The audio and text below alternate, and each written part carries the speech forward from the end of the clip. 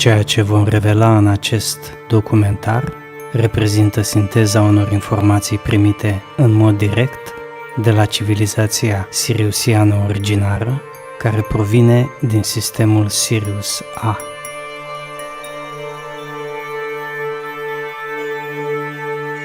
Acest film nu face parte din seria Terra Galactica, dar întregește informațiile care au fost sau care vor fi prezentate în această serie. Este important să se înțeleagă încă de la început că ceea ce va fi dezvăluit în continuare nu constituie produsul unor informații primite prin channeling sau în mod telepatic. Ceea ce vom prezenta aici sunt informații esențiale primite în mod direct de la ființele extraterestre siriusiene.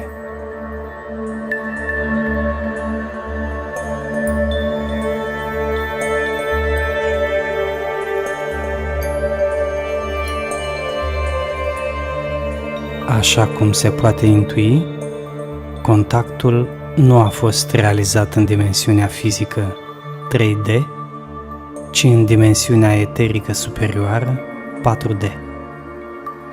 Modalitatea prin care s-a realizat contactul este dedublarea conștientă în dimensiunea subtilă eterică. Ca și în alte ocazii, contactul a avut loc în interiorul uriașei nave mamă siriusiană, care se află în plan eteric în apropierea Pământului. Despre această gigantică navă s-a vorbit în documentarul Terra Galactica, episodul 1.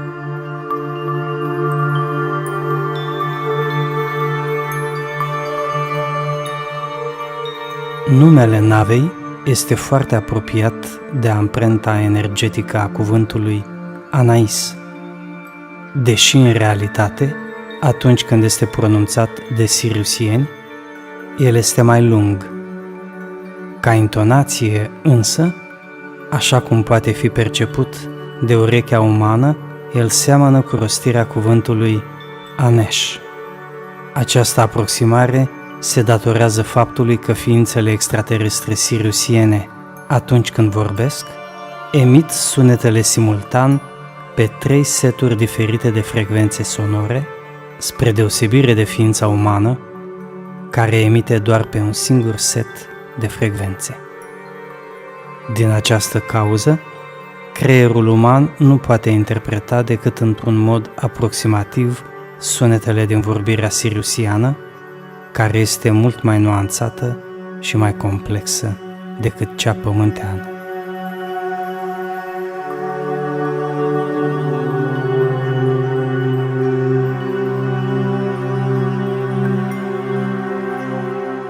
De această dată, contactul a fost realizat cu însăși conștiința navei. Altfel spus, răspunsurile au fost date, în mare parte, chiar de gigantica navă mamă siriusiană.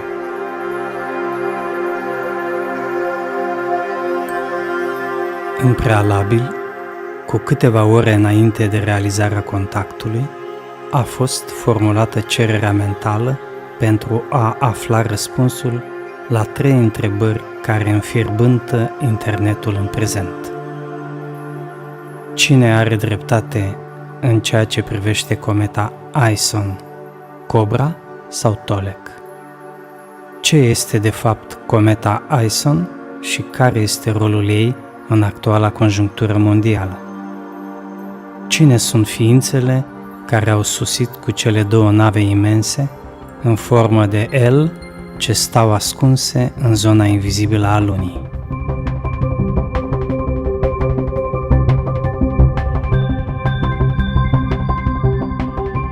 Informațiile primite au fost precise și totodată uluitoare.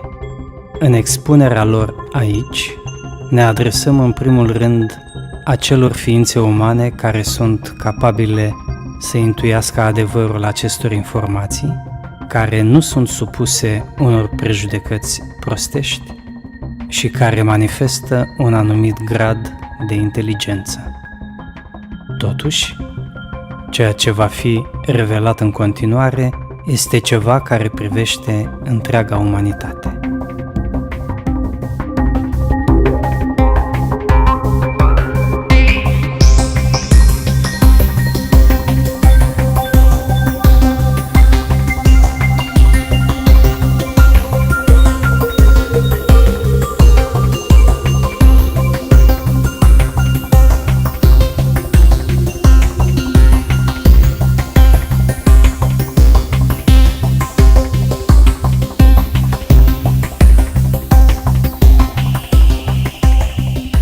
Chiar dacă multe dintre elementele despre cometa Ison și despre evenimentul care va avea loc pe Pământ sunt relativ cunoscute, totuși, în acest film va fi prezentată pentru prima dată imaginea de ansamblu și pe deplin corelată a lor.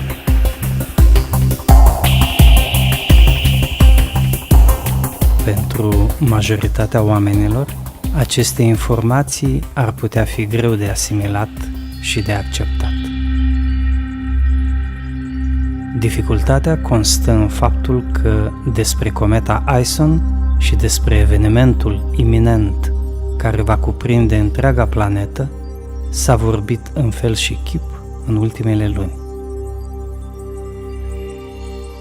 Dezinformarea masivă s-a împletit cu ignoranța și credulitatea multor internauți, bloggeri sau lightworkers.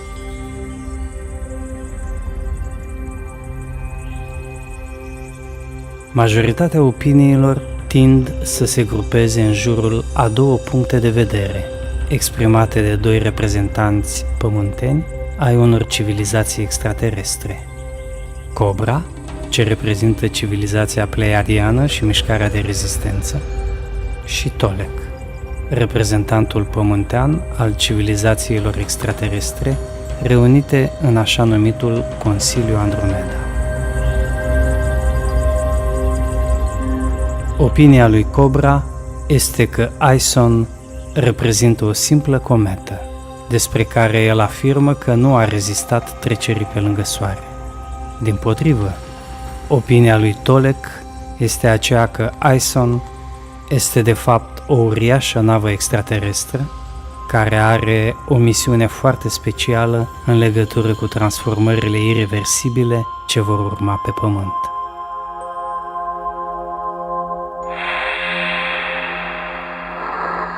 Pornind de la aceste două opinii, s-au țesut numeroase prezentări, interviuri sau relatări. La o privire atentă, realizăm însă că toate acestea nu sunt decât variațiuni pe aceeași temă.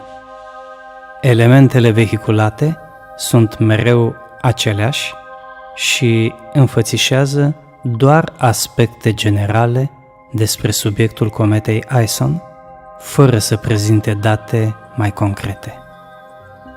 Totul pare a fi ca într-un joc cu mingea, în care jucătorii stau în cerc și își pasează regulat de la unul la altul aceeași minge. Motivul principal al acestei situații, care ne oferă imaginea unui circuit închis și destul de limitat al informației prezentate, este lipsa experienței directe, autentice, cu reprezentanții civilizațiilor extraterestre. Majoritatea experiențelor descrise pe site-uri, pe bloguri sau în interviuri se bazează pe contacte telepatice și destul de rar pe viziuni. În astfel de cazuri, problema este că cel sau cea care a trăit acea experiență contribuie personal la construcția ei.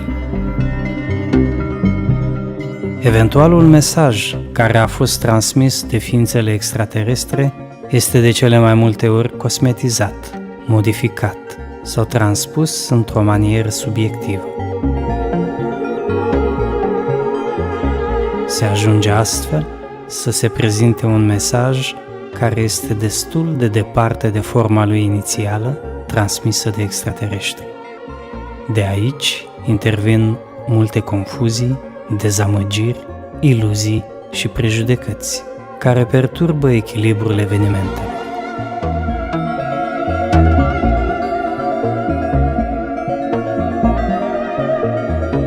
Pe de altă parte, cazurile în care contactul cu reprezentanții unei civilizații extraterestre se realizează în mod direct, conștient și volitiv sunt foarte rare. Pentru ca un astfel de contact să fie stabil și repetabil, este necesar ca între ființa umană ce realizează contactul și ființele extraterestre contactate să existe un anumit gen de afinitate sau rezonanță. În plus, este necesar ca, în cazul ființei umane, să existe o anumită experiență a dedublării ei conștiente în plan eteric și astral, precum și abilitatea de a ține minte în mod fidel la revenirea în planul fizic, ceea ce s-a petrecut în plan subtil.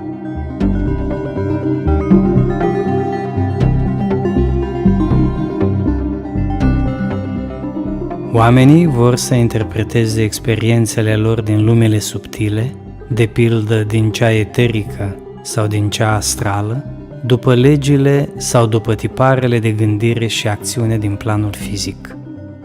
Datorită diferenței mari care există între frecvența de vibrație a materiei fizice și cea a materiei subtile, decodificarea informației la revenirea în planul fizic este adeseori dificil de făcut.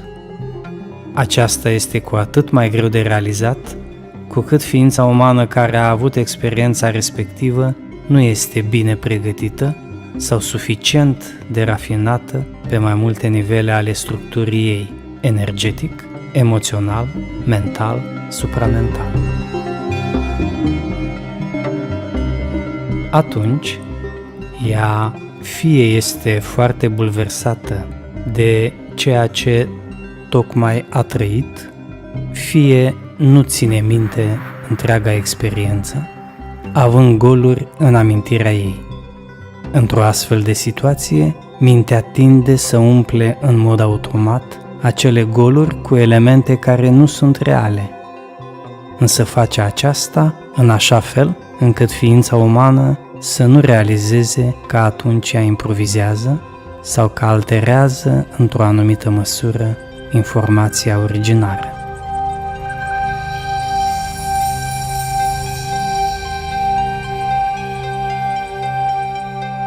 Cititorii sau ascultătorii care primesc astfel de informații se bazează pe acestea. Adeseori ei devin chiar foarte entuziaști, dar după un anumit timp se dovedește că realitatea nu corespunde cu informația oferită. Atunci ei tind să-și pierdă încrederea și aspirația de la început. Lucrurile se complică și mai mult atunci când o altă categorie de forțe intră în joc, și anume cele care vor să răspundească în mod special dezinformarea. În majoritatea cazurilor, ceea ce se obține din acest amalgam de minciună, adevăr parțial, interese oculte și orgoliu, este o mare tensiune care blochează desfășurarea armonioasă a acțiunilor pentru transformarea de stare a conștiinței la nivelul întregii umanități.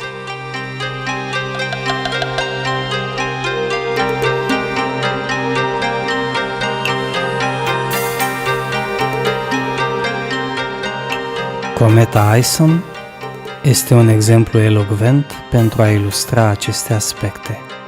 S-a dorit în mod evident inducerea ideii că nu este nimic neobișnuit cu această cometă, că ea este un corp rece, fără viață și că va pieri ca multe alte comete atunci când va trece pe lângă Soare.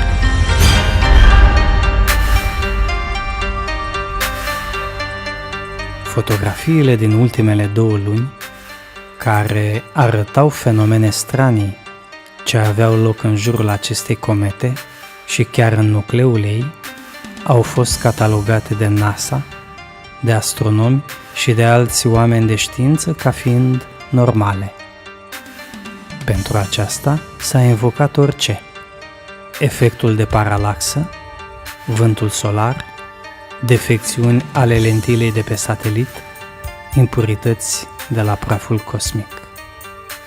Dorința disperată de a menține atenția opiniei publice într-o stare de adormire a primit un ajutor nesperat chiar de la Cobra, care a declarat în mod repetat că Ison este de fapt o cometă perfect normală, un bulgăre mare de rocă și gheață ce se îndreaptă spre soare.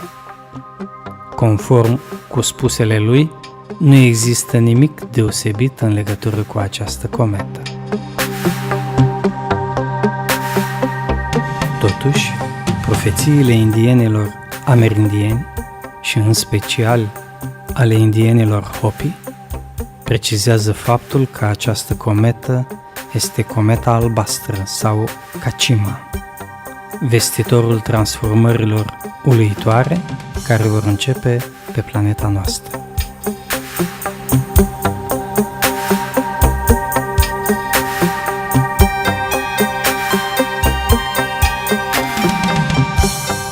La polul opus față de Cobra, ca opinie despre cometa Ison, s-a situat Tolec.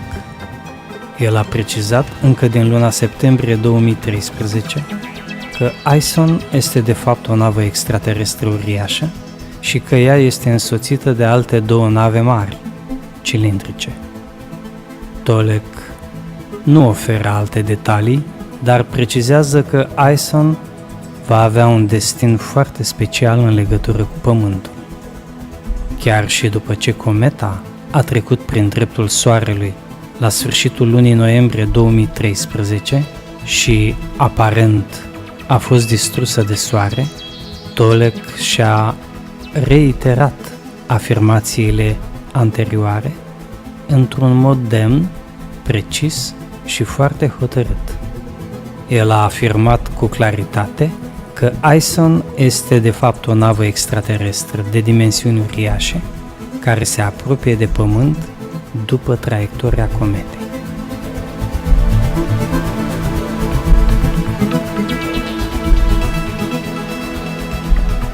În acest amalgam de informații contradictorii, noi am dorit să cunoaștem adevărul. Așa cum Tolec a contactat reprezentanții Consiliului Andromeda, noi am contactat reprezentanții civilizației siriusiene de pe nava mamă, a cărei conducătoare este Siriusianca Amun.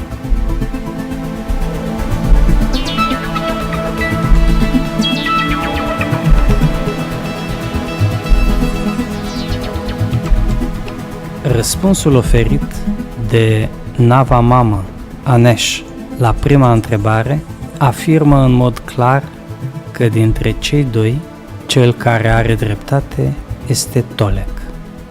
Prin urmare, cometa Ison este într-adevăr o navă extraterestră uriașă, iar detaliile oferite în legătură cu motivațiile unei asemenea deghizări, ce a făcut să pară că este o cometă, sunt uluitoare și vor fi descrise în decursul acestui film.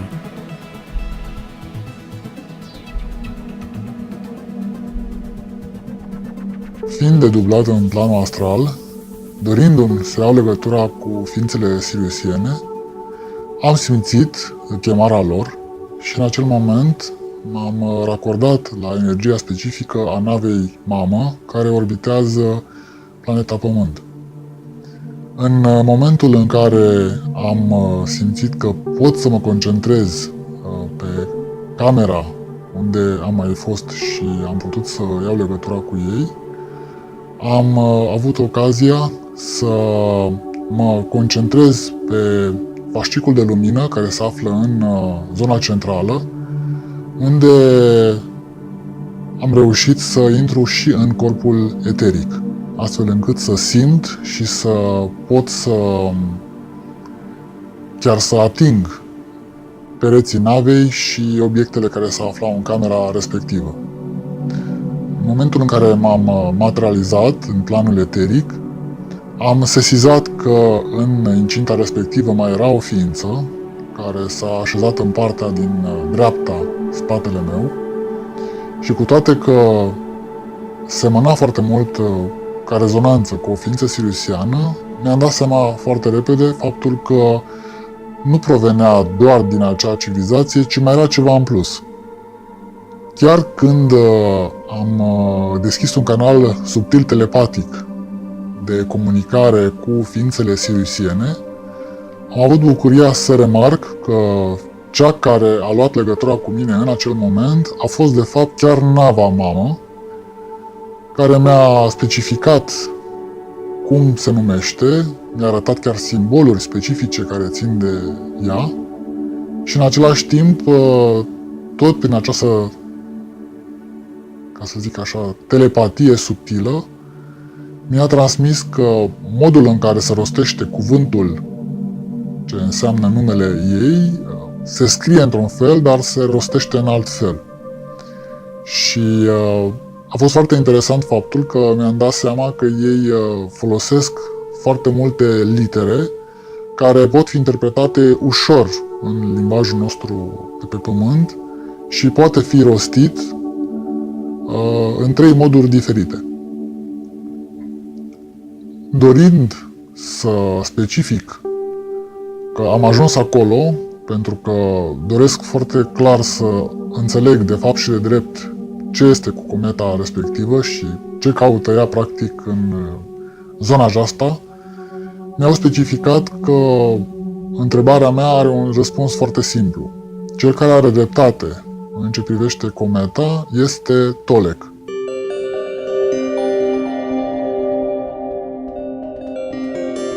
Firește, ne putem întreba de ce Cobra nu a știut aceasta. Motivele pot fi diverse, însă nu reprezintă ceea ce ne-am propus noi să analizăm în acest film. Totuși, Cobra a fost cel care a menționat corect iminenta manifestare a așa zisului eveniment la nivelul întregii planete. Evenimentul va reprezenta un punct de inflexiune în existența omenirii, după care va începe transformarea ei profundă, asociată cu ascensiunea pe un nivel superior de vibrație a conștiinței oamenilor.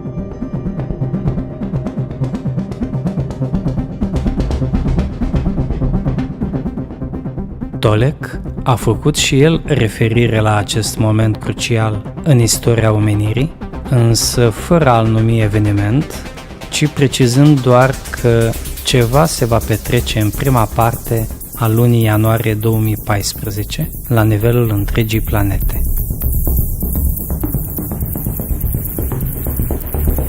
Anesh, sau conștiința navei siriusiene, l-a indicat pe Tolec ca fiind o entitate ce are un rol de releu de transmisie în contextul foarte vast al planului divin, ce vizează transformarea de stare a planetei Pământ și a întregii omeniri. Anesh a mai precizat despre Tolec că, deși cu alte ocazii el a mai înfrumusețat și a mai rotunjit informațiile primite, exprimând anumite păreri personale, totuși, în cazul cometei Ison, el a redat cu exactitate informația pe care a avut-o la dispoziție, fără să adauge nimic în plus la aceasta.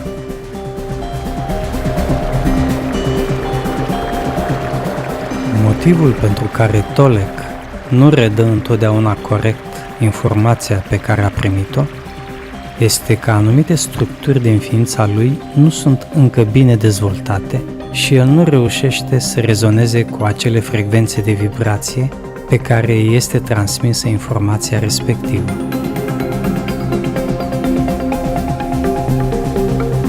Fără îndoială, Tolec este unul dintre puținii oameni care sunt capabili să realizeze contactul direct cu reprezentanții unor civilizații extraterestre foarte evoluate din punct de vedere tehnologic și spiritual.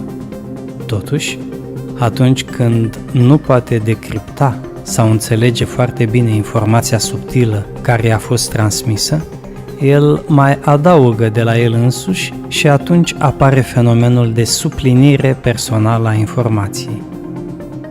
Tocmai de aceea, Anesh a precizat și modul în care este bine să descifrăm de acum înainte ceea ce transmite Tolek.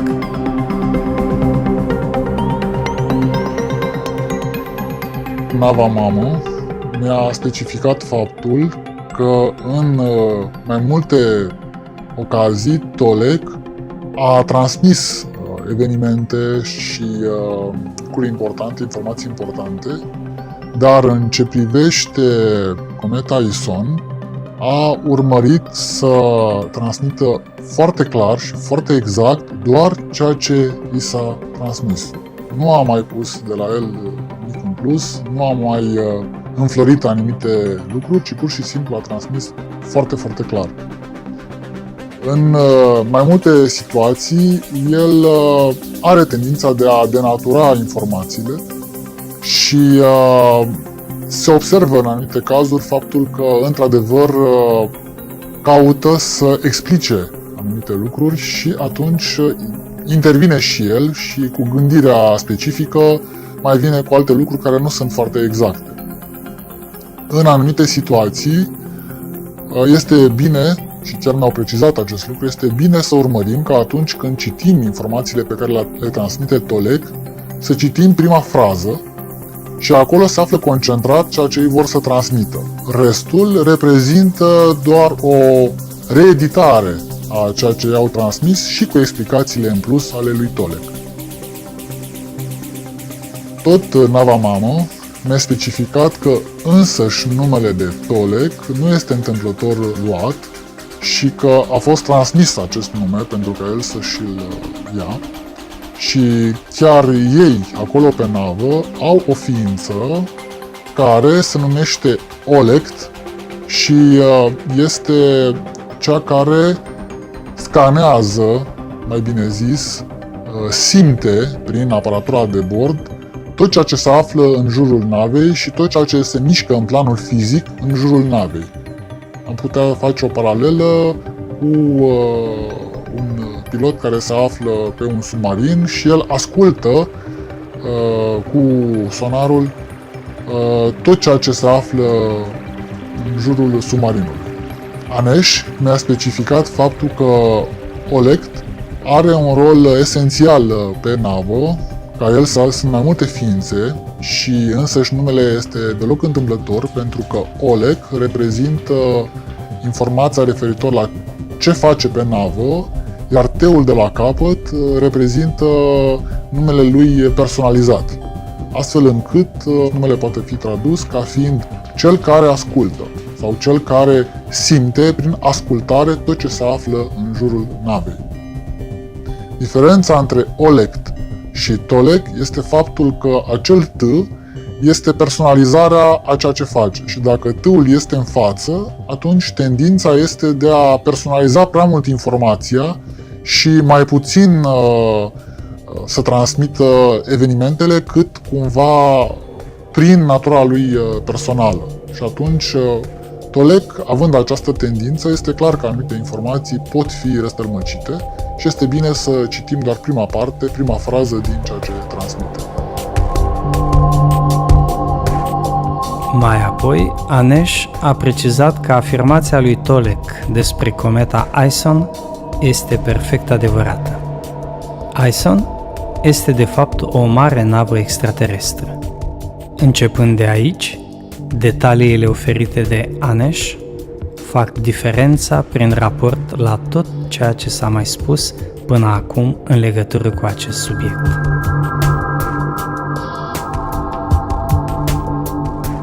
Unul dintre aspectele importante este că Ison are un nucleu metalic. Acest aspect a fost ignorat și ascuns de către specialiștii NASA și de alți astronomi și oameni de știință, dar mai ales de forțele oculte care urmăresc să dezinformeze populația globului. Un nucleu metalic masiv este ceva neobișnuit pentru o cometă și dacă ar fi fost recunoscut ca atare, ar fi focalizat prea mult atenția opiniei publice asupra lui. Interesul elitei malefice este acela de a-i face pe oameni să creadă că Ison este o cometă obișnuită din roci, gheață și praf stelar, aflată pe o traiectorie normală către Soare, care va pieri odată ajunsă la periheliul solar, adică în zona cea mai apropiată de stea.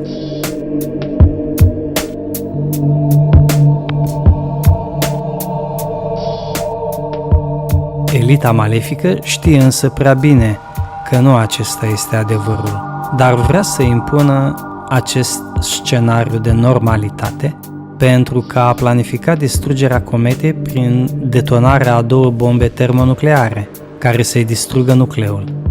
Acestea au fost planificate să explodeze atunci când cometa a intrat în corona solară și nu mai era practic vizibilă datorită luminii foarte intense a Soarelui. Pentru plasarea bombelor, grupul ocult de pe Pământ a folosit tehnologia la care deja are acces, rezultată din derularea așa numitelor Black Ops sau proiecte negre, care nu sunt guvernamentale.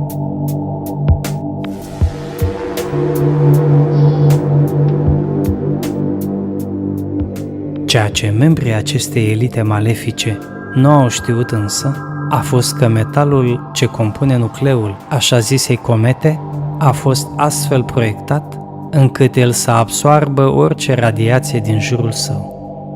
Așadar, cele 2 explozii atomice nu numai că nu l-au sfărâmat, ci chiar l-au hrănit, făcându-l și mai puternic. Mai mult decât atât, nucleul metalic al cometei are capacitatea de a transforma în câmp magnetic radiația pe care o primește din exterior. După ce Anesh mi-a arătat care este adevărul referitor la cometa Ison, a specificat că dacă o doresc, pot să văd mai în amănunt această cometă și chiar să îmi dau seama de proprietățile ei. Bineînțeles că am vrut să văd acest lucru și imediat, în fața câmpului meu vizual, a apărut această cometă. Am reușit să o văd din mai multe unghiuri și mi-a specificat foarte clar că mijlocul acestei comete este un material metalic inteligent, creat artificial, și proprietățile acestui metal este de a se magnetiza foarte, foarte mult, chiar de o putere extrem de mare. Metalul respectiv creează un câmp magnetic care este raportat la căldura pe care o are în mediu. După ce mi-a arătat nucleul acestei comete, mi-a specificat că acest lucru se vede în planul fizic.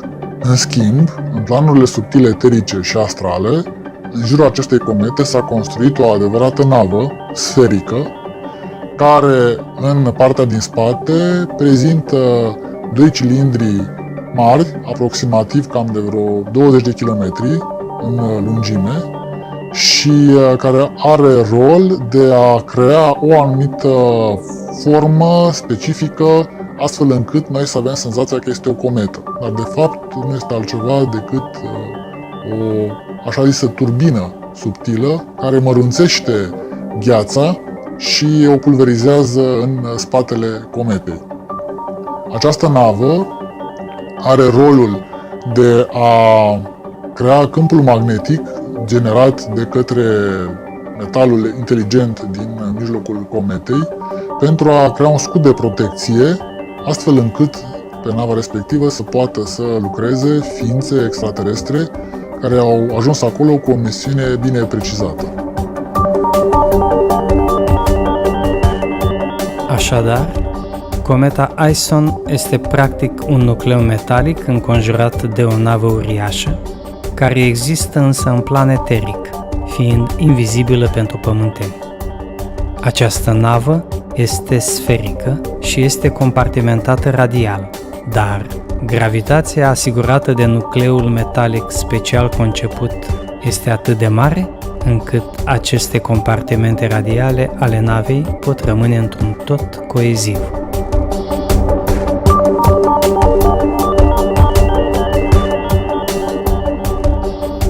Strategia civilizațiilor extraterestre de a deghiza nava astfel încât ea să pară că este de fapt o cometă a fost necesară din perspectiva derulării fără sincope a transformărilor profunde care vor începe foarte curând pe planeta noastră.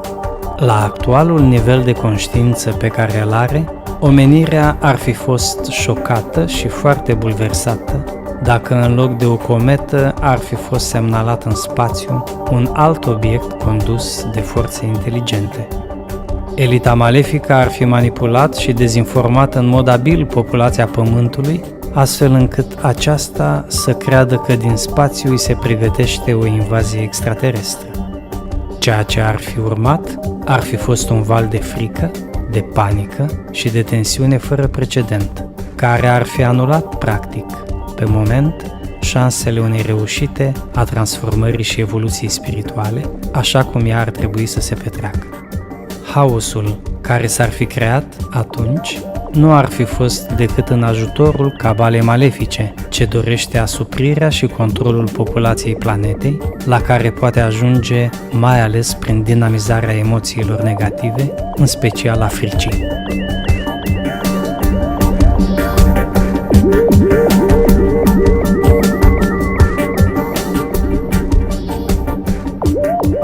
Prin urmare, era necesar să fie conceput un plan care să mențină un echilibru emoțional pe Pământ, dar totuși să ofere unele indicii că ceva pur, minunat și totodată grandios se pregătește omenirii în viitorul foarte apropiat.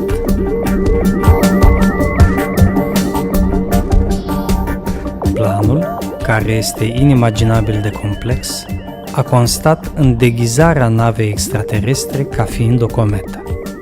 Acest rol trebuia jucat cu precizie și răbdare pentru a nu da de bănuit observatorilor de pe Pământ. În același timp, evoluția cometei trebuia totuși să ofere unele indicii care să reprezinte scânteia inspiratoare despre adevăratul rol pe care ea urmează să-l joace în destinul Pământului. Inițial, cometa Ison era moartă. Ea avea destinul de a intra în soare și de a se topi efectiv în căldura soarelui.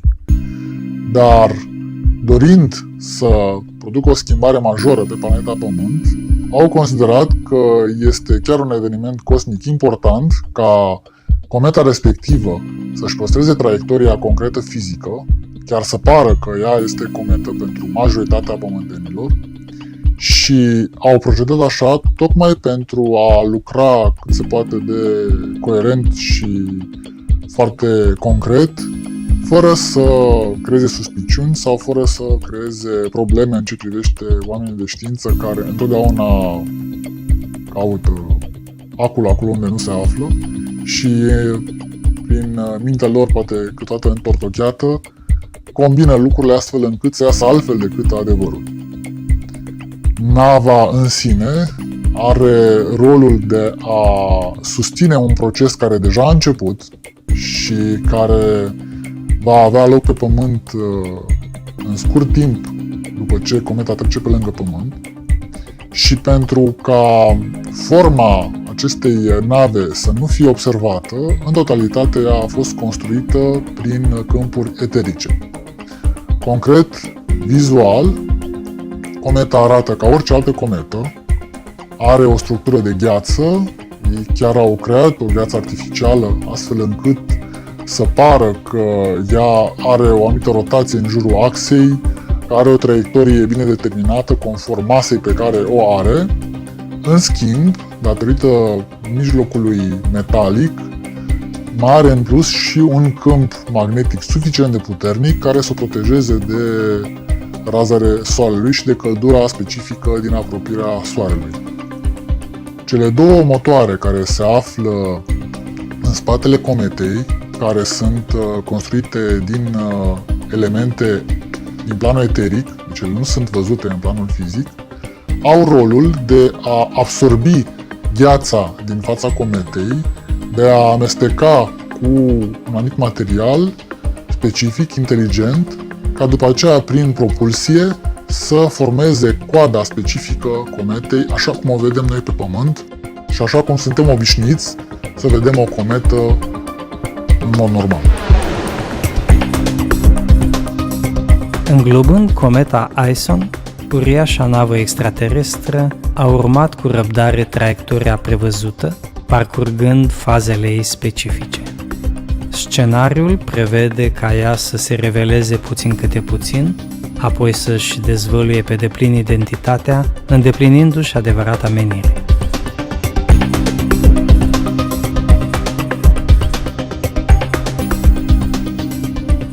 Faptul că Ison nu este ceea ce pare a fi, poate fi dedus și din două observații pe care un om inteligent le-ar putea face cu ușurință. După ce am primit informațiile referitor la cometă și la faptul că de fapt este o navă, am pus întrebarea următoare. De fapt și de drept, ce anume ar putea să arate celor inteligenți că această cometă într-adevăr este mai mult decât o simplă cometă și cum am putea verifica acest lucru. Nava Mamă mi-a specificat că ființele suficient de inteligente, care au studiat an la rândul cometele și care au foarte multe calcule referitor la cum se comportă o cometă în apropiere de Soare, ar putea să observe că în cazul cometei Ison, chiar și dacă ar fi fost de 2 ori mai mare, tot n-ar fi rezistat în căldura pe care o emite Soarele la o distanță atât de mică. Deci este foarte clar faptul că acolo este ceva în plus, ceva pe care ei nu pot să îl explice, ce poate să arate faptul că trebuie să fie atenți la această cometă pentru că poate să aibă multe mistere pe care le vor putea descoperi atunci când cu adevărat vor urmări toate datele fizice și matematice care reies din traiectoria ei ulterioară. Pentru că în momentul în care a dispărut în Soare, în zona Soarelui, traiectoria specifică ar fi trebuit să se păstreze un anumit timp. Faptul că cometa a ieșit din zona Soarelui cu o întârziere destul de mare arată că acolo s-a petrecut ceva. Dacă vom calcula perioada specifică în care ar fi trebuit să iasă cometa și până la momentul concret fizic în care a ieșit, am remarcat faptul că acea perioadă nu poate fi explicată doar printr-o traiectorie circulară, ci mai este ceva acolo. Și în momentul în care cometa într-adevăr a ieșit și a continuat traiectoria ei obișnuită, am putea vedea faptul că această traiectorie s-a păstrat, cometa având aceeași masă. Pe când dacă cometa ar fi intrat în Soare și ar fi fost doar gheață, ar fi trebuit să se topească și cel mai rău caz ar fi trebuit să rămână o cantitate mică de gheață care să-și fi continuat traiectoria și atunci automat ar fi trebuit să se schimbe. Faptul că nu s-a schimbat traiectoria, din nou arată că acolo este ceva ce trebuie descoperit.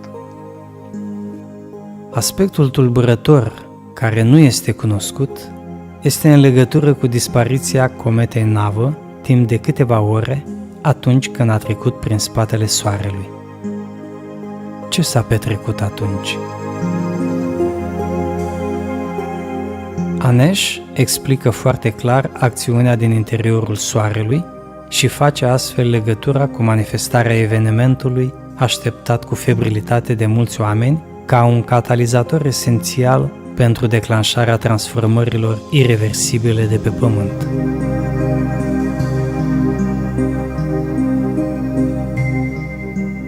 Tot Nava Mamă mi-a specificat că această cometă nu este întâmplător aleasă să transporte nava care este construită în jurul ei și a avut menirea de a intra efectiv în mijlocul Soarelui pe liniile de câmp magnetic, astfel încât să nu se topească efectiv aliajul metalic inteligent din centru și în mijlocul Soarelui să susțină crearea unui monopol magnetic, astfel încât Soarele să fie în legătură cu o stea foarte îndepărtată din acest loc și care reprezintă un punct de legătură cu o rețea galactică de stele, astfel încât energia lor concentrată să poată să fie absorbită de soarele nostru,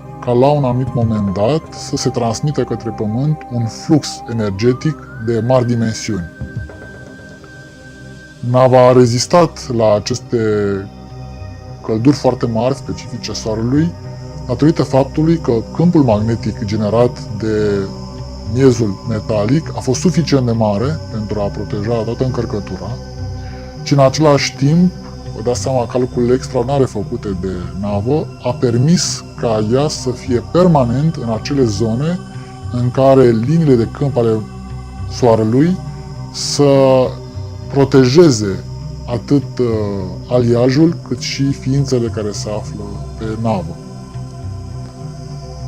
Modul în care s-a dorit crearea acestei rețele galactice a fost precizat de Tolec cu mult timp în urmă și ceea ce mi-a specificat nava a fost faptul că rețeaua galactică a fost construită în foarte mulți ani, aproximativ 100 de ani înainte de acest moment s-a hotărât crearea acestei rețele și pas cu pas, când s-au format legăturile între stele și Marea Stea, care se află aproape de mijlocul galaxiei noastre, a fost punctul culminant în care, așa cum știm și noi, făcându-se legătura cu steaua noastră, a fost momentul în care s-a și produs inversarea polilor magnetici ai Soarelui. Deci toate aceste evenimente sunt legate, pas cu pas controlate, astfel încât marele eveniment care se va petrece pe Pământ să reprezinte o transformare spirituală de proporție. Se intră așadar în etapa finală a călătoriei cometei Ison, când aceasta se îndreaptă a doua oară către planeta noastră.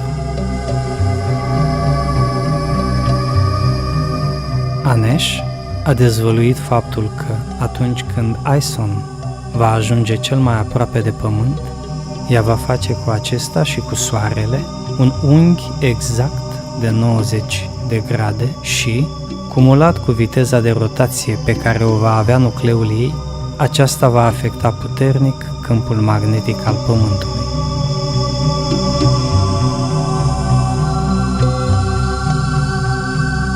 Anesh face o precizare fundamentală în legătură cu această perturbare accentuată a câmpului magnetic al planetei noastre în acel moment foarte precis, pe care îl putem asocia cu manifestarea evenimentului. Cometa navă devine atunci un declanșator, o legătură foarte importantă care mediază forțele și energiile între dimensiunea fizică și cea subtilă. Din această cauză, ea a fost numită în profeții ca fiind vestitorul.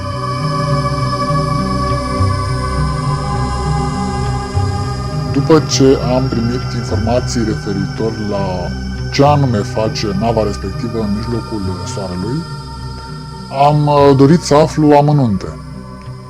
Fiind curios referitor la fenomenele fizice care apar, am urmărit să înțeleg mai îndeaproape fenomenul în sine de transmitere a informației și modul în care acest lucru se petrece.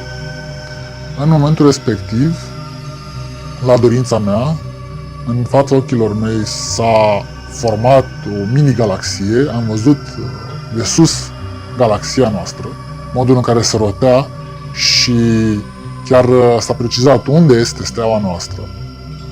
Mi s-a precizat după aceea unde este Soarele, de unde se transmite informația, care am înțeles că e de aproximativ de 100 de ori mai mare decât Soarele nostru și este foarte aproape de mijlocul galaxiei. Mai sunt aproximativ 200 de stele în partea opusă a galaxiei față de locul în care se află Soarele nostru, care concentrează foarte multă energie subtilă către Soarele mare din apropierea mijlocului galaxiei și chiar mi-au precizat forma și mi-au arătat rețeaua, cum este ea construită și cum a fost ea construită în timp și importanța acestei rețele.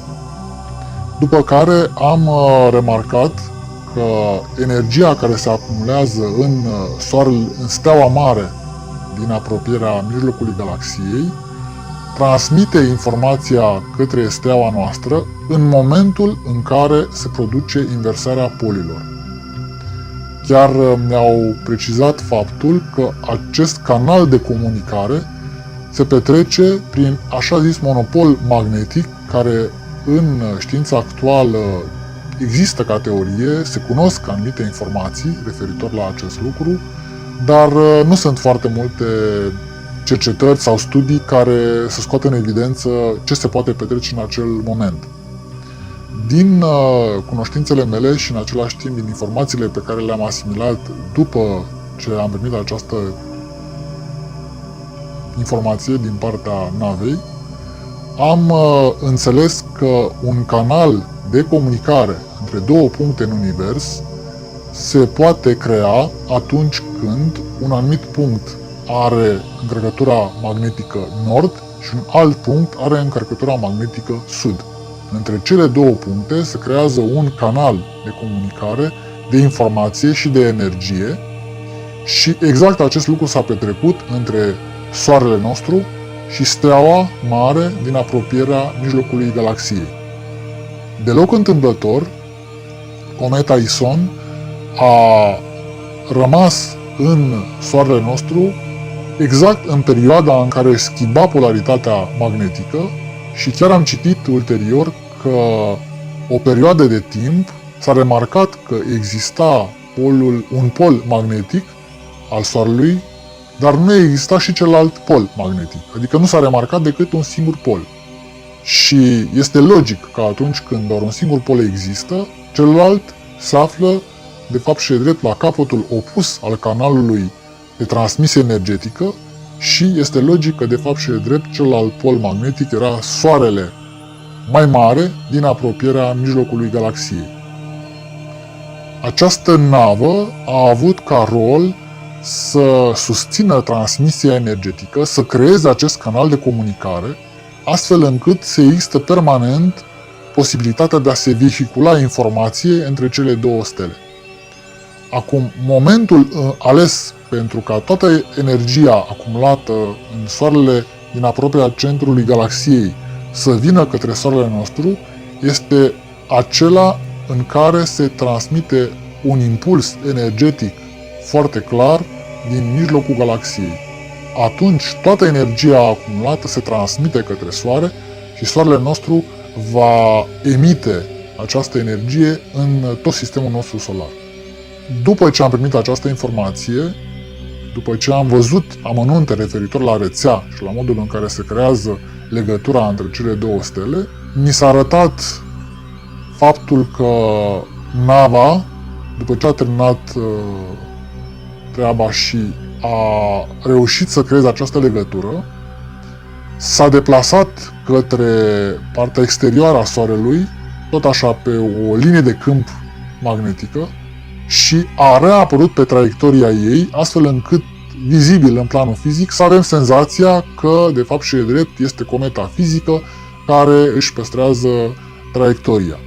În schimb, datorită faptului că s-a schimbat foarte mult linia de câmp magnetică a Soarelui, ei n-au putut să se integreze foarte bine și în timpul și în spațiul necesar, astfel încât să pară că este o traiectorie coerentă și a fost o mică întârziere de aproximativ 6 secunde.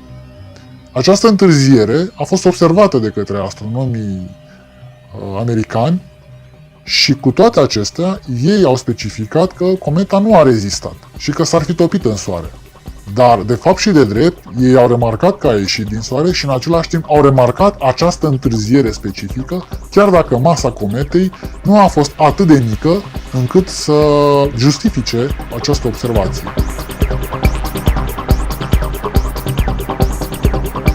Impulsul unicat care va veni atunci de la Soare este asociat evenimentului anunțat de Cobra și, indirect, de Tolec.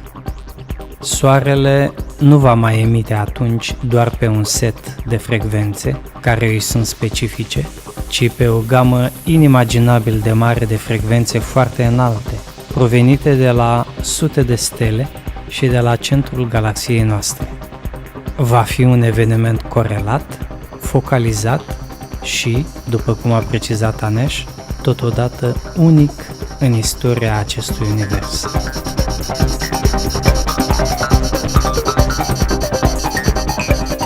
Într-un anumit sens, va fi un eveniment iluminator pentru toți oamenii, însă nu toți îi vor urma impulsul foarte elevat.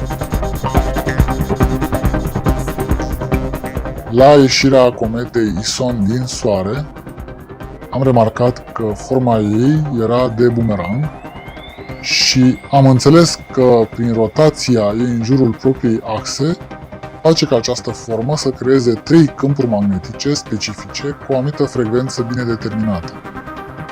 În momentul în care va ajunge această cometă la un unghi de 90 de grade față de direcția Pământ-Soare, aceste 3 câmpuri magnetice specifice vor introduce un cod în câmpul magnetic al Pământului, care va fi ca un decriptor specific al energiei care va veni prin Soare de la cele 200 de stele din galaxia noastră. Acest impuls care va veni prin Soarele nostru va fi un cumul de energii, energia acumulată în Soarele care se află foarte aproape de mijlocul galaxiei și pe lângă aceasta și impulsul care va proveni din mijlocul galaxiei noastre.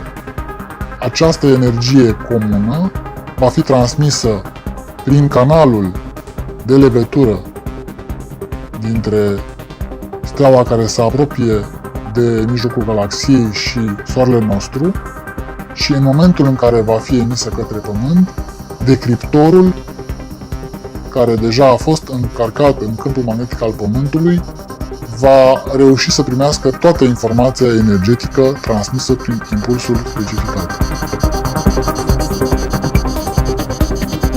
Ne putem da seama cu ușurință că proiectarea unei asemenea misiuni în spațiu a fost și este un efort gigantic, realizat prin conlucrarea a zeci și chiar sute de civilizații extraterestre foarte avansate spiritual și tehnologic.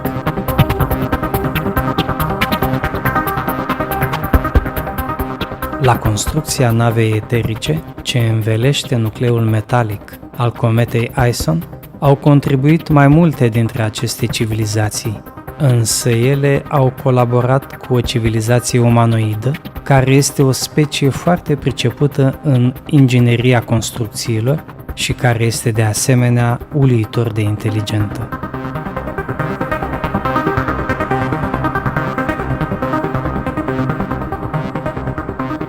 Aliajul metalic, ce reprezintă nucleul cometei Ison, a fost creat de către inginerii acestei civilizații.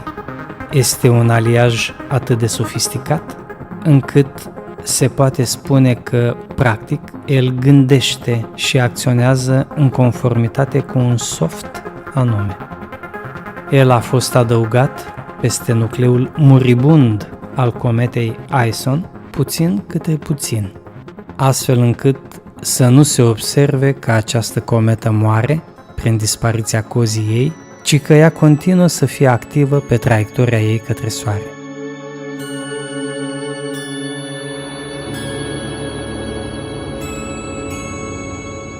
Membrii acestei civilizații, atestată de asemenea și de Tolec, sunt cei care au sosit cu cele 2 nave uriașe, în formă de L, așezându-se în partea invizibilă a lunii.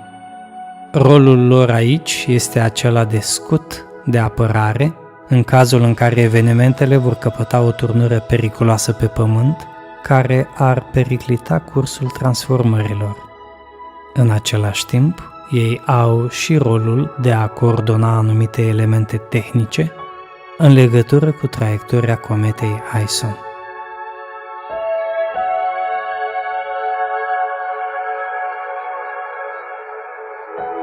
Această rasă este umanoidă și există în planul fizic, ca și noi. Indivizii ei sunt înalți și au capetele mai largi spre tâmple, ceea ce face ca ele să aibă oarecum forma unui triunghi cu vârful în jos. Sunt ființe foarte demne, având o inteligență excepțională.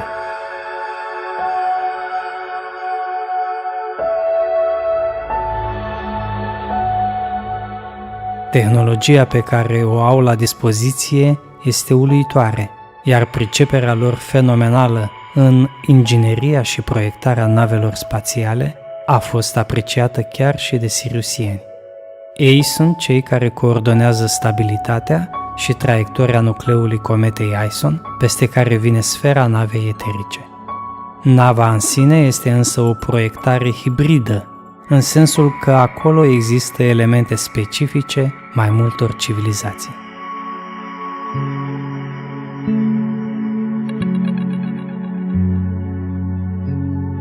Anesh a proiectat chiar și înregistrarea momentului în care o delegație a acestei civilizații umanoide a fost primită la bordul ei de către siriusieni, în frunte cu Amun.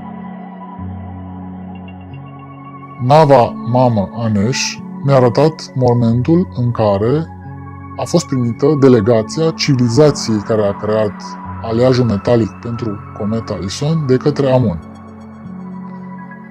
În imaginea pe care am văzut-o, am remarcat că cel care a condus delegația era un bărbat îmbrăcat într-un costum de culoare roșu stacojiu și am primit și informația că această ființă se numește Harim. Am putut vedea faptul că în spatele lui se aflau încă două ființe, tot din civilizația respectivă, și a fost primit de către Amun, care era escortată tot de două ființe din civilizația siriusiană. Starea empatică și telepatică pe care am reușit să o am cu nava mi-a creat posibilitatea de a simți și energiile emoționale care s-au născut la această întâlnire. Am remarcat deosebitul respect pe care atât Amun cât și Harim l-aveau unul față de celălalt. Am observat că exista o legătură spirituală între ei și, în același timp, din câte am înțeles, au muncit foarte mult împreună pentru a crea această cometă, astfel încât ea să își facă datoria așa cum a fost de la început gândită. Harim avea o constituție foarte înaltă, avea o piele roșiatică, capul avea o formă de pară întoarsă, cu cei doi lobi laterali foarte proeminenți. Avea ochii mari, negri și foarte profunzi. Era îmbrăcat într-un costum roșu vișiniu închis și am remarcat că reprezenta gradul pe care îl avea în civilizația din care făcea parte.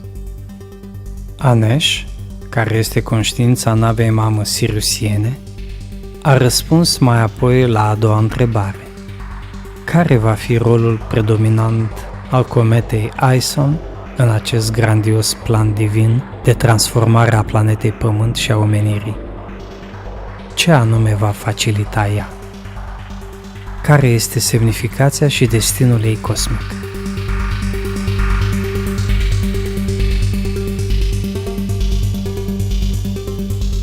Cometa Ison este declanșatorul evenimentului. Semnificația metafizică precisă a acestuia a fost descrisă de Anesh în felul următor. Nava mamă a siriusienilor ne-a arătat ce înseamnă evenimentul. Acest eveniment reprezintă un impuls energetic princeps emis de către inima galaxiei noastre, care se va transmite prin soarele nostru și această energie va fi resimțită de fiecare om de pe planeta Pământ. Energia respectivă va pătrunde în fiecare atom din constituția fizică a noastră și va crea modificări benefice în ADN-ul nostru, astfel încât în viitor să putem evolua spiritual într-un mod accelerat. Oamenii vor simți la acest impuls princeps o stare de fericire interioară și cei care sunt pregătiți vor avea chiar stări de iluminare lăuntrică. Vor înțelege foarte clar ce înseamnă noțiunea de Dumnezeu și vor avea în ei o stare de perfectă fericire și încântare.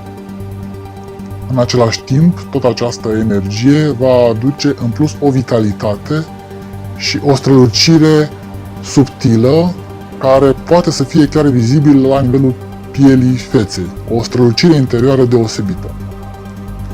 Mi-a specificat faptul că acest prim impuls va dura exact 14 minute și 58 de secunde, care reprezintă exact bătaia inimii galaxiei noastre. Deci este, de fapt, frecvența galaxiei noastre.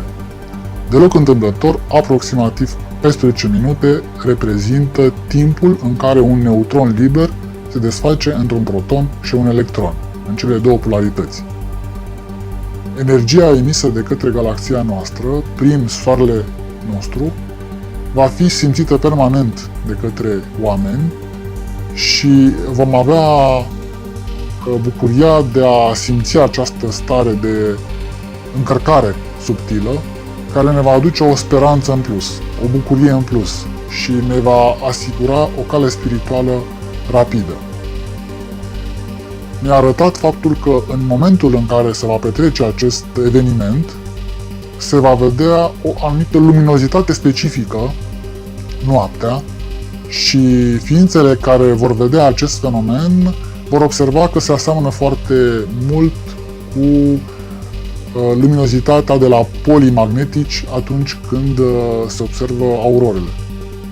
Dacă evenimentul se va petrece într-un moment în care va fi ziua, ființele respective vor vedea o strălucime anume a cerului și vor resimți acea fericire interioară în momentul în care vor privi albastrul foarte aprins și foarte strălucitor deasupra capului lor.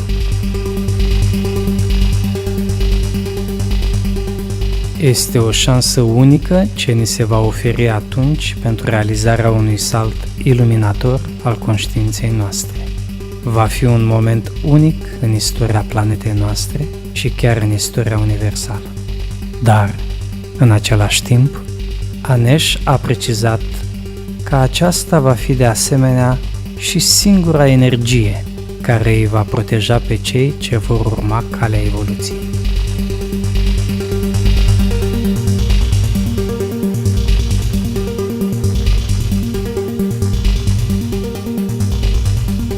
Evenimentul va avea loc negreșit și va fi o ocazie extraordinară pentru ființele umane de a se orienta pe calea evoluției, de a progresa într-un mod excepțional din punct de vedere energetic și spiritual.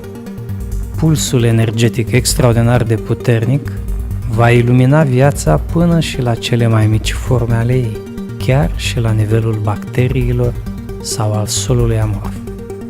El va însemna, practic, o updatare a ADN-ului ființei umane la ceea ce el este de fapt în potențialitate, în conformitate cu destinul și alegerea pe care o va face fiecare ființă umană.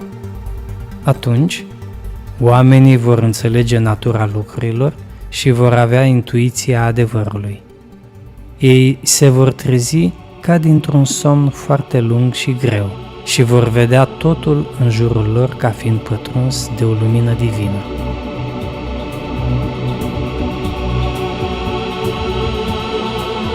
Dar, în conformitate cu zicala Dumnezeu îți dă, dar nu îți pune în traistă, va trebui ca oamenii să facă ei singuri, mai apoi, alegerea drumului pe care doresc să meargă, fie pe cel al stagnării, involuției și suferinței în vechea paradigmă, fie pe cel al fericirii și ascensiunii, într-o lume a spiritualității și luminii.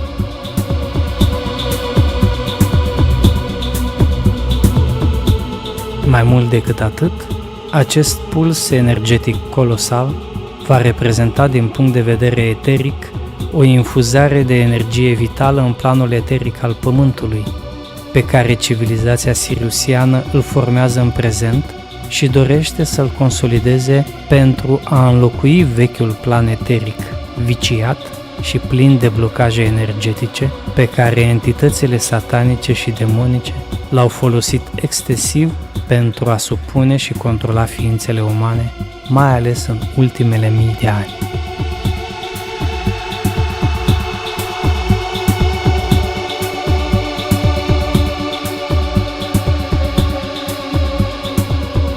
Imediat după emisia colosală a pulsului de energie iluminatoare, pe Pământ vor urma niște evenimente atât de tulburătoare, încât aceasta va fi singura energie care îi va proteja pe oameni, pentru că atunci ei vor fi supuși unor grele încercări. Conform informațiilor pe care le-am primit, am remarcat că impulsul care va fi emis în momentul evenimentului va deschide o nouă eră în civilizația de pe Pământ și din acel moment oamenii vor putea alege să trăiască o stare benefică, de fericire permanentă și să aibă o speranță în Dumnezeu sau să nege această stare și să intre în stări de pesimism sau chiar de a opri primirea acestor energii beneficătoare. În acel moment, în lume, la nivel social, se va simți o puternică mișcare de recâștigarea independenței, atât la nivel individual cât și la nivel național. Oamenii vor avea mai multă speranță în Dumnezeu, vor avea mai multă încredere în a-și cere drepturile și se va remarca foarte mult cum se scindează societatea în cei care doresc să evolueze, doresc să facă un pas înainte și cei care, din contră, vor cu tot din adinsul să păstreze doar trecutul și vor ține numai și numai de tradiții și de trecut. Nu vor vedea lumina interioară care s-a născut deja în cei care s-au trezit. Aneș ne-a specificat foarte clar că acest eveniment este un dar divin, este un dar spiritual și reprezintă energii emise de către toate ființele care au avut stări de iluminare sau de eliberare pe cele 200 de stele din galaxia noastră.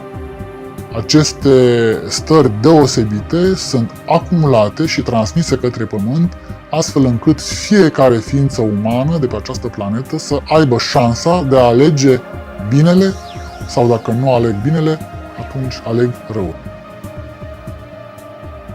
Chiar dacă unele ființe umane preferă să se edulcoreze, gândind că ascensiunea umanității la un nivel superior de vibrație va urma un curs lin și fără nicio greutate, trebuie să spunem totuși că această gândire ascunde, în spatele bunelor intenții afișate, o mare imaturitate și chiar o frică latentă în ființa lor.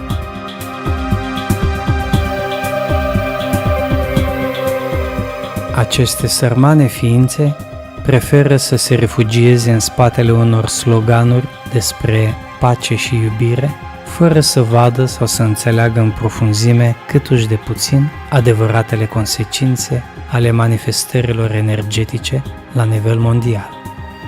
Ele își construiesc propria lor lume, sperând că aceasta le va adăposti de suferință. În realitate, nimeni nu caută probleme, suferință sau dificultăți, însă dinamica Universului este de așa natură încât pentru a ajunge la lumină trebuie să treci proba întunericului.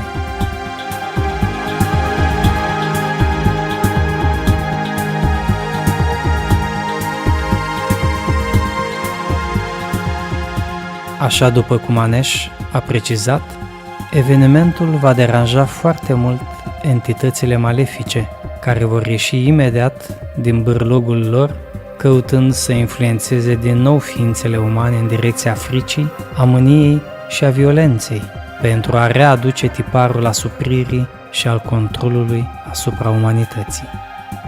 Pentru aceasta, vor utiliza orice mijloace, fără să se mai ascundă. Firește, ele vor acționa prin acele ființe care sunt deja de mult vândute lor sau pervertite interior, în general liderii politici sau bancherii. Majoritatea acestora este atât de coruptă și viciată, încât va reprezenta chiar și după eveniment un teren fertil pentru acțiunile tenebroase ale entităților malefice, care le vor influența să ia decizii dintre cele mai dure împotriva populației.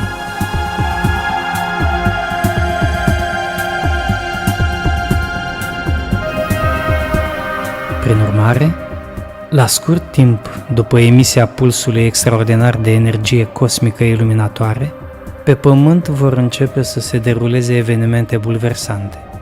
Vor fi vremuri foarte dificile, în care oamenii vor fi greu încercați. Vor ieși la suprafață multe adevăruri, multe secrete, care îi vor indigna.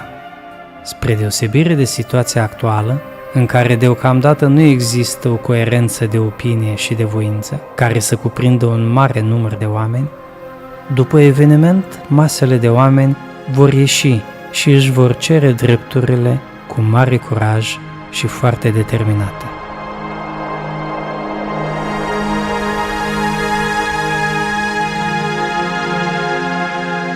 Totuși, Anesh a specificat de asemenea un fapt foarte interesant.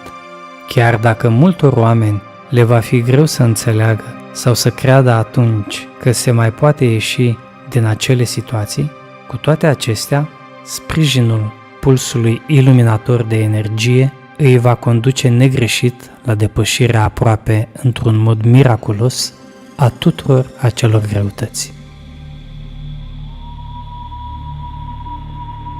În urma evenimentului, societatea se va trezi, va avea un surplus de energie și bineînțeles că forțele întunecate vor fi deranjate de această trezire a umanității.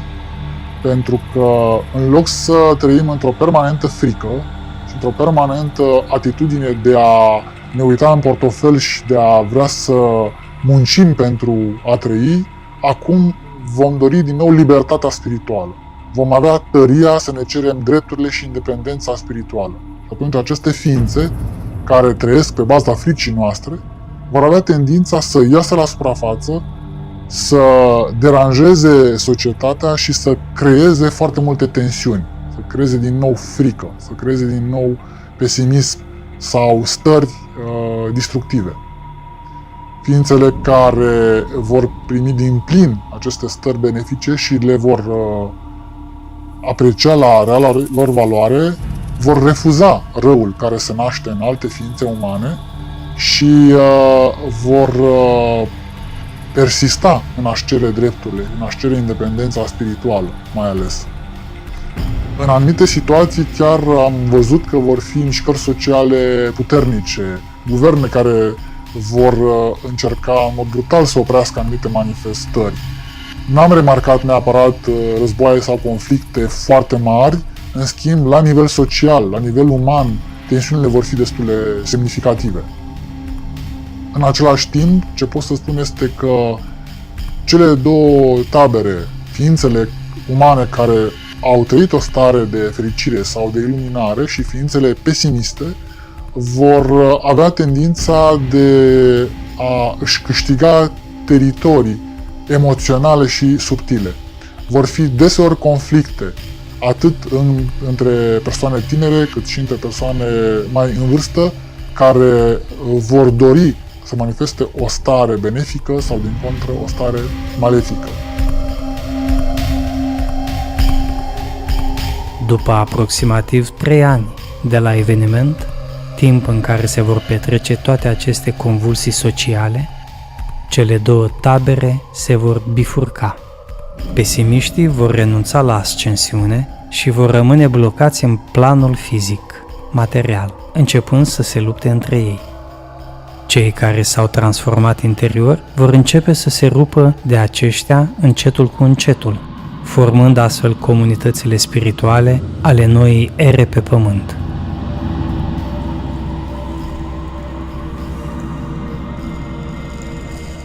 Deși vremurile acelea vor fi grele, totuși ele vor însemna de asemenea un ritm amețitor al dezvăluirilor.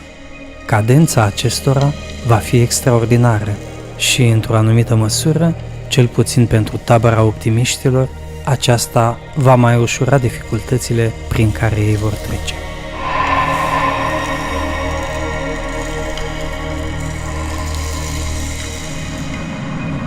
Mulți dintre internauți și dintre cei pasionați de fenomenul OZN și al civilizațiilor extraterestre se întreabă obsesiv de ce ființele extraterestre nu decid să se arate și să ia legătura efectiv cu guvernele lumii în perioada actuală, care de asemenea este tulbure.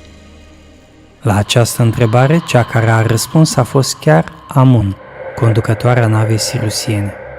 După ce am văzut mai multe lucruri referitor la eveniment și la ce se va petrece după acel moment, am dorit să transmit mai departe o întrebare pe care foarte multă lume mi-a pus-o de-a lungul timpului. De ce nu vin aceste ființe siriusiene cu navele lor pe pământ și să se producă acea întâlnire în mod concret, așa cum foarte multă lume își dorește? Exact în acel moment, Anesh mi-a facilitat o viziune concretă a lui Amun. Am putut să iau legătura telepatic subtil cu Amun prin nava mamă și am putut comunica cu ea astfel încât să-i pun ei direct această întrebare. Atunci Amun mi-a spus foarte clar că chiar dacă ei și-ar dori foarte mult acest lucru și oricum se va petrece acest fenomen, la un anumit moment dat civilizația umană va lua legătura concret cu civilizația siriusiană, acum în acest moment încă nu este propice, pentru că chiar și cei care vor foarte mult să se întâlnească cu ei nu ar avea capacitatea și puterea de a rezista la energiile subtile benefice emise de către corpul lor energetic.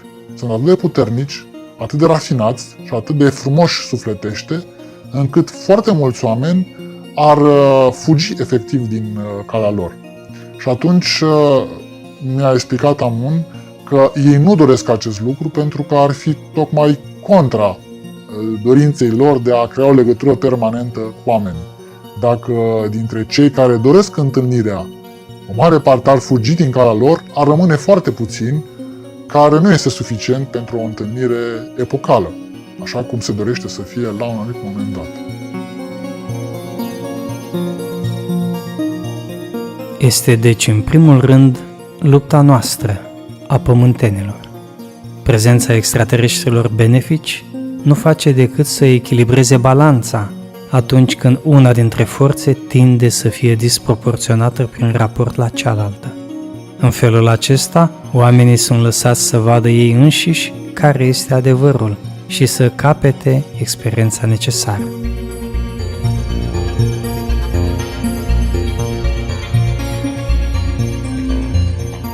Amun a specificat faptul că omenirea va câștiga indubitabil lupta cu forțele răului, deoarece aceasta este menirea ei.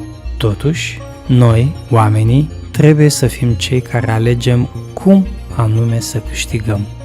Putem să o facem într-un mod ușor sau putem să o facem pe o cale mai grea, presărată cu dificultăți. Putem să izbândim repede sau putem să fim lenți și atunci procesul va dura. Putem să alegem pesimismul și suferința sau putem să fim încrezători și plini de optimism.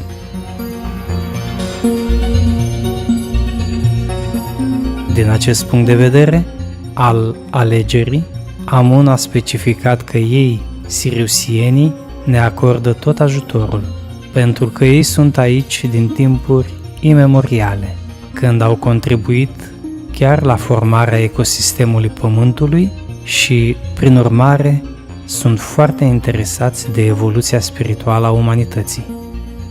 Însă, așa cum este firesc, a adăugat că noi suntem cei care trebuie să ducem lupta reală. Altfel, dacă ei, siriusienii, s-ar arăta la momentul actual pentru a interveni într-un mod sau altul, ar răspândi o asemenea frică și dezbinare în populația lumii, încât ar da în urmă cu zeci de ani toate eforturile depuse până în prezent pentru realizarea sinuoasă a transformării, făcând toate aceste eforturi de prisos.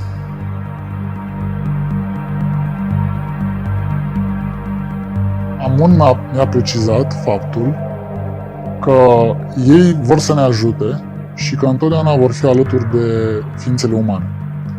Dacă noi le cerem ajutorul, ei vor fi imediat aici lângă noi. Ne vor susține, vor face tot ce este posibil să creeze fenomene benefice și spirituale, pentru ca noi să ne înălțăm și să înțelegem tot ce se petrece cu noi în acele momente. Vom fi susținuți de energia subtilă emisă de soare și acest lucru este pentru noi un atu.